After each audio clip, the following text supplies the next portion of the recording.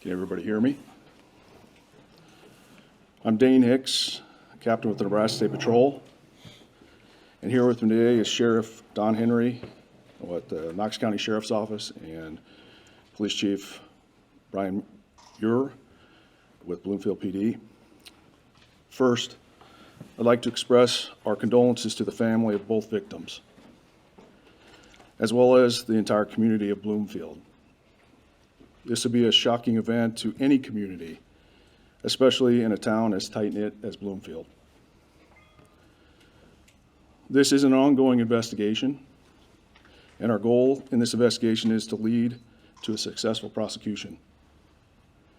For that reason, I won't be able to go into specifics of the investigation, but I can provide some additional information.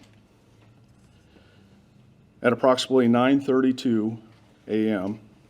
Tuesday, Knox County 911 received a report of a shooting that occurred at Kurtz Lane and Dining here in Bloomfield. Knox County deputies and Bloomfield police officers located two deceased individuals inside the bowling alley. Those two men have been identified as Curtis Strom and William Riffert. Curtis was 77 and William was 49. Bloomfield PD requested NSP to investigate the incident. Shortly into the investigation, authorities detained multiple persons of interest. NSP troopers and investigators arrived on scene and began their investigation. During that investigation, NSP has determined that one of those persons of interest, Elias Reed, was responsible for the two murders. Preliminary investigation has shown that Reed went to the bowling alley Tuesday morning with a shotgun, initiated an argument with Mr. Riffert. He then shot Mr. Riffert. Moments later, Reed shot Mr. Strom. Mr. Strom was not involved with the argument between Reed and Mr. Riffert, and then shortly after, Reed left the bowling alley.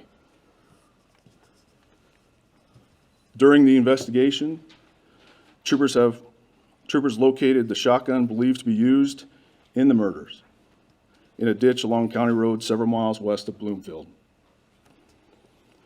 Investigators believe that both Reed and Kaylin Sweezy traveled to that location to dispose of the weapon. Elias Reed has been arrested for 2 counts of first-degree murder. Reed will also be charged with robbery after money is stolen from the bowling alley. Kaylin Sweezy will be has been arrested for tampering with evidence. Again, our thoughts are with the families of these 2 victims, as well as with the entire community of Bloomfield. We understand that the community may desire more information about the details of this investigation, but our goal is for this to result in a successful prosecution.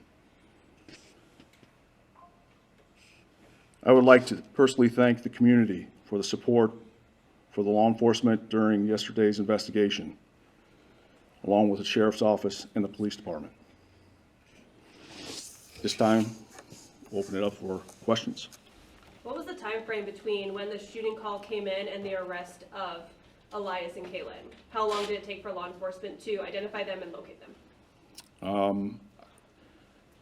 I don't have that information in front of me right now.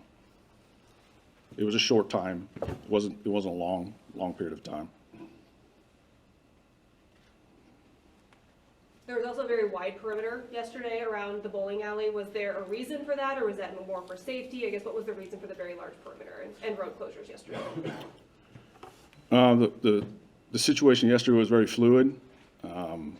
We initially got here, we were gathering information in the preliminary investigation, so we took precautionary measures for the community safety. Some of that was we sent some troopers up to the schools, and we were just more concerned about the safety of the community, ensuring that if things changed through the course of the investigation, that we had enough resources here. Do we know why Ruffett was there? Was he an employee? And do we know what the argument was over? That's still ongoing as far as the investigation. All right. And as far as Ruffett, was he an employee? No, So do we know why he was there? that's still preliminary investigation. I won't go into those details. Was the shotgun believed to be possessed and purchased legally by Mr. Reed? At this point in time, we are still looking into leads onto that, and that's still part of the investigation. Does Reed have a criminal history prior to this incident? I still have to go back to the fact that we're still researching that aspect of it. Sheriff, you have anything? I just want to add, like the captain did, that the support of the community is towards all of us is very much appreciated. My condolences to the families of everybody involved in this and to the community. Things like this don't happen very often, and Bloomfield's a very small, close-knit town. It's affected them terribly. Thank you. Can I ask, what was the relationship among them? Did they know? And you mentioned burglary. Was that the motive? Do you have any idea? We're still working on motive and trying to get a better understanding of this crime. So that part of the investigation is still ongoing. Okay. Did they know each other, do you know, or is there some kind of relationship? Or? My understanding, there has been acquaintances in the past. I don't know those details. Captain, are you aware of how long both the suspects and the victims have been residents of Bloomfield? No, I do not. You said afterwards they consider the no danger to the public. I just want to reiterate, is that so? Should people still be cautious? Or? No. At this point in time, we have our suspect in custody. The shootings alleged to have occurred inside the building or outside the building? Everything as far as the shooting itself took place at the bowling alley itself. Were there any other persons detained and released in connection to this, or were these two the only people that law enforcement spoke to in this incident? There were other people detained and questioned. I don't have those names on hand. Were there any other witnesses at the bowling alley that saw what happened? No, it was not. You mentioned detained and released. Are there still other suspects as well? Is that No. part of the ongoing investigation? At this point in time, there is nobody else that we haven't questioned yet. But again, it's an ongoing investigation. Is there a time frame for an initial court appearance for either suspect at this time? I don't have that information right now. You'd have to go through Knox County Attorney's Office. This is probably not your area, but do you know, is the AG's office going to work with this? I would have to refer that to Knox County Attorney's Office on how that's going to be handled. There were a number of businesses closed in town yesterday. Was that at the advice of law enforcement, or was that voluntarily made by business owners? I can't answer for the business owners. Sheriff, you got?